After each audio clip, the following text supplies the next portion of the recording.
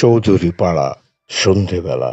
আরে সৌমেন, শুনেছিস ওই পুরোনো বট গাছের নিচে আবার কুকুর চিৎকার করেছে রে। মায়ের মুখে শুনলাম নাকি আবার কেউ ডাইনি ছায়া দেখেছে। আরে দূর, আজকালকার দিনে এসব বিশ্বাস করিস? আমার গাছের কাছে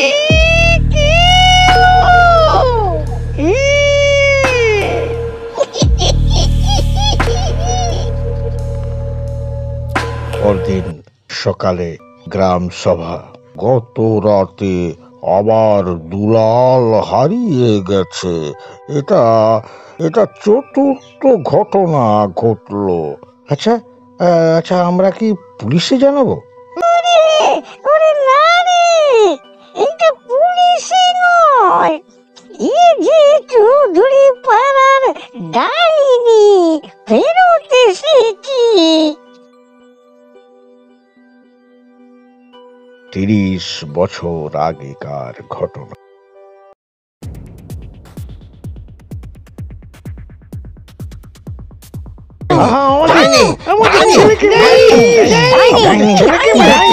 আগুনের লেলিহান শিখার মাঝে সে মেয়েটার চোখে অভিশাপ দেখল। আর শান্তি হবে না কোনোদিন, এটা আমি অভিশাপ দিলাম। রাত, চঞ্চল আর সৌমেন ডাইনি খুঁজতে যায়। হে, সাবধানে চল, ওর ওর ছায়া দেখলেই শরীর একদম বরফ হয়ে যায়। হঠাৎ একটা হিম হাওয়া আসে, একটা ছায়া পেছন থেকে ফিসফি।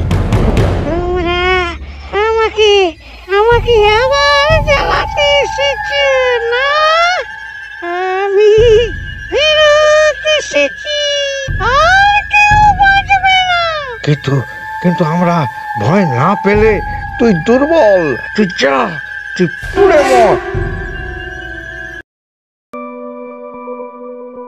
সকালে গ্রাম শান্ত।